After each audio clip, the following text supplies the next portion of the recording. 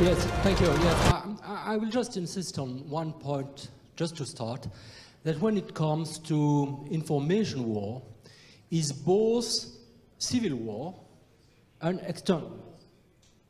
And I think that those two dimensions must be mixed in a single picture.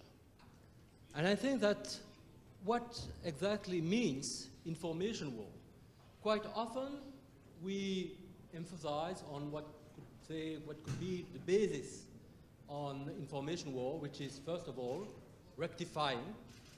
And rectifying is something very important. Nicolas, sorry, could you... Yes, of course, rectifying, because rectifying is very important, because, of course, we know that Putin's Russia is just lying, promoting some facts that have nothing to do with the reality. Then we have to debunk all the false and sometimes full narratives about what happens. Let's take an example of the, of course, only tourist in Ukraine, about Russia is fighting against ISIS, and we know that Russia is not fighting against ISIS, but just backing Assad's criminal regime. We have to debunk all the narratives also like conspiracy theories and these sort of things. But I think that we have to go far beyond those debunking of false narratives and rectifying the facts. But we have also to promote our own current discourse, our own vision of the reality, our own values, our own claim for truth, because basically what democracy has stood for is the value of the truth itself. And in that sense, what's very important in my view is not to let Russia set the information's agenda. That's, I think, something which is quite important, because actually we are trying to answer Russia without quite often promoting our own vision of the world, our own visions of what reality is. And I think this point is really important, because that's the basic differences between democracies and dictatorships.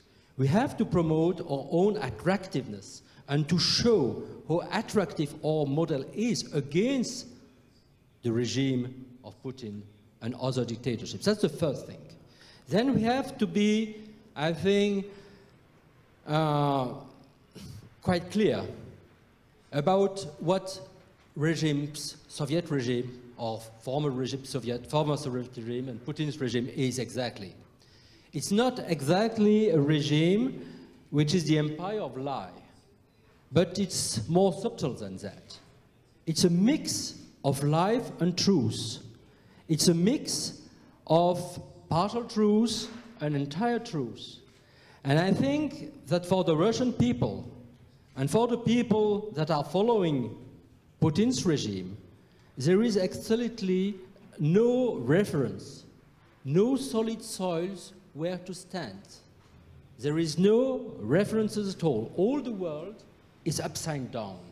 And I think that we have to put the world, in a way, in its right position. That's something which really matters in my view, because actually there is a sort of Russian nightmare. There is no distance between the light of the day and the darkest part of the night. And that's exactly what Putin aims at doing, is just to crack down on the perception of what true is. So it's something that we must have. I think that this understanding of the very nature of the regime is very important. Then, when it comes to the propaganda, and especially the trolls were already mentioned, but I think that in a way, the trolls, and I am suffering trolls when I am on Twitter and receive a lot of insults and threats and these sort of things. But of course, I think that this is not the most important. Of course, we have the trolls. Of course, we have all the Putin's agents. We have, including in the West countries, including my country, France, we have a lot of Putin's devotees, a lot of Putin's friends, corrupted or not corrupted. We have all of course, the people coming from the far right, from the radical left, and sometimes for the Conservative Party, and sometimes also from the Socialist Party, advocating Putin's rights, and fascinating by the strong man. But those people are not the more dangerous. The useful idiots, already mentioned, probably are more dangerous than the first ones. But then come, of course, other narratives that we have to debunk as well. First of all, the so-called realist. And I think that it was already mentioned by Lilia yesterday, that the realist, the people advocating realism, things that we have to engage with Russia, that we have to negotiate with Russia, that Russia is basically a great power that we have, of course, to take into account, that probably Russia is a partner in the long run, etc., so we cannot to be in odds with Russia. I think those people are more dangerous. And more dangerous are also the people who are in a way very naive, that can say that we are too small or too attached to liberal values, really to confront Russia. That we have, of course, to convince Russia that there is another way to act, that the aggressions that is promoting now. And those naive people are also, I think, a threat to democracy and also to security. And some others also are saying that Russia is fighting against terrorism and that we need Russia to be engaged and to be a partner in the war against terrorism. And those people are very dangerous as well, because we know that, in fact, as I already mentioned, Russia is not fighting against terrorism. So all those discourses are very, I think, worrying for the democratic values. And I will also mention one other one, which is quite also important, which is the humiliation discourse promoting by Russia's agents. People think that Russia was humiliated, that we have to understand Russia. And I think that this stance is also, in a way, very perverse, because in fact, if we just consider the fact, Russia was never humiliated. When we are talking about the failures of the West addressing, negotiating, discussing with Russia, where are the failures of the West? In fact, I don't see any failures. We must consider that Russia was the only one aggressor, that with the reset, that with the act on NATO. I remember when I was in NATO headquarters, there was a big picture with Yeltsin and the former General Secretary of NATO at that time. That was a hope. So there was a sort of, it was really open door to Russia, open door to negotiate. The reset also was about negotiation with Putin, was to bring Russia to the international community. And what happens? Aggression at home with the Chechnya war, aggressions against Georgia, aggressions against Ukraine, of course. Everything was very predictable, because we know, and it was already recalled, that the regime which is repressive at home is logically aggressive abroad. That we have also to understand. The fourth point is that we have to understand what are the very objectives of Russia. The first one is obviously to undermine the security in Europe. Divide and impera. I think that's really the slogan of the Putin's guide.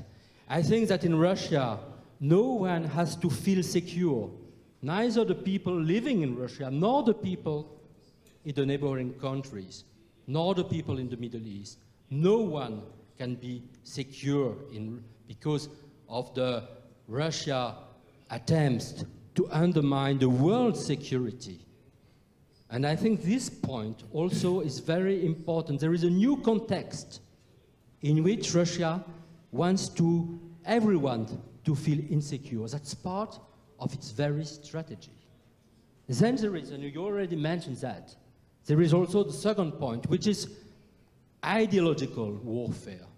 That's why also information war is so important. I think that really we are witnessing an ideological war, of course promoted by people, surrounding Putin, and there are some ideological thinkers, if I may say so. Because the idea of Putin is just to humiliate all the people promoting liberal values, human rights.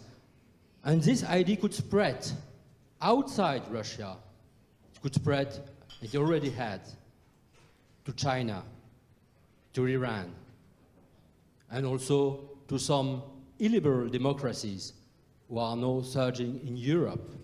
And if we are not replying to this discourse, to this ideological discourse, then it could be a real threat for the world, because we are sharing some values and we have to stand for those values and to reply to Putin. And we cannot accept that Russia is undermining through its war our very values.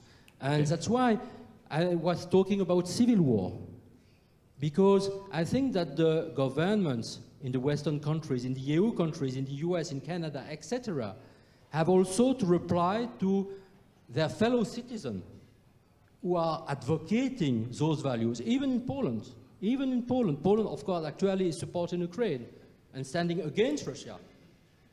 Well, I'm going to burst in here because we've got limited time. But let me just ask you this. It may be a simplistic question to you, but you talk about you've got to break this cycle of Russia dominating the agenda, being the proactive ones all the time. Give us an answer. How do you do it? Yes, I think actually, yes, Russia is dominating the agenda because I think that the democracy are not confident themselves just to promote their own values. Then there is also another point that is very important, I think, also in rectifying the discourse, that we are not targeting Russia. We are targeting Putin's regime. We have a lot of people taking street in Moscow, in St. Petersburg, with some pancards saying, "Free Shevchenko," with the Ukrainian flags. We have a lot of brave people. Many of them were murdered. Many others were imprisoned by Putin's regime. And you have a lot of great persons in Russia. And because of those people, those dissidents, those human rights defenders, we have also to stand for our values, because that's the best help for them also. Okay, Nicolas, thank you very much indeed. Another